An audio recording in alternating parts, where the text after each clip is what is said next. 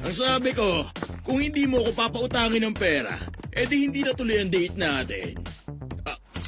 Pero kung makakaisa ako sa'yo, edi mas okay. Kaso nga lang, ikaw ang magbabayad sa love hotel natin, ha?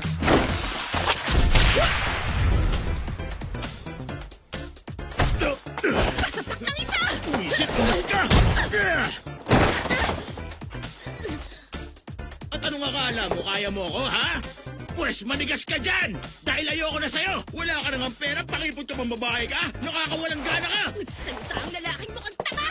Octopus! Maset! Tama na!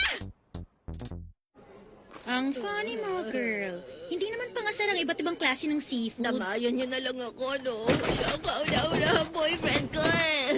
Sabi ko na kasi sa'yo, wag na lang siya. Ano ba kasi nagustuhan mo ron? Kamukha niya kasi si Kenta Kakure. Ayan na, nakakaloka ka. Ay, masama ba doon, ah? Mga astig na lalaki gaya ni Kenta Kakure talaga ang tipo ko, eh. Mahiyain kasi ako eh. Wala na pong ganung lalaki sa mundo ngayon, no?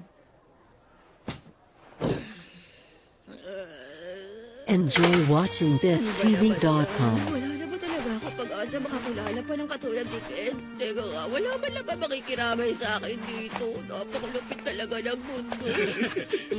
Ayun na naman yun. Huwag ka nga tumingin, kadiri ka. Ayos yan, palamanan natin ang magnet. Mas masakit to pag tumama.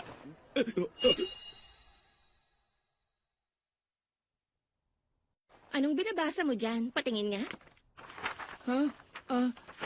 Ano? Parang mga sira. Wala na bang matinong lalaki sa mundong to?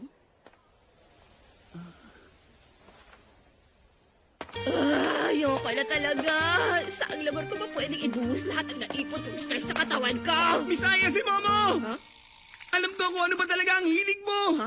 Alam ko kung ano ba talaga ang hilig mo! Inulit mo pa talaga. Kakausapin ba ako ng isang katulad ni Miss Ayase? Mas isa lang ang dahilan kung bakit yun yung gagawin! Teka, parang mali ka yata ng inaakala. Makinig ka, wala naman talaga akong balak na makipagkaibigan sa'yo. Kalimutan mo na yung kanina. Tungkol dito yung tinutukoy ko, no?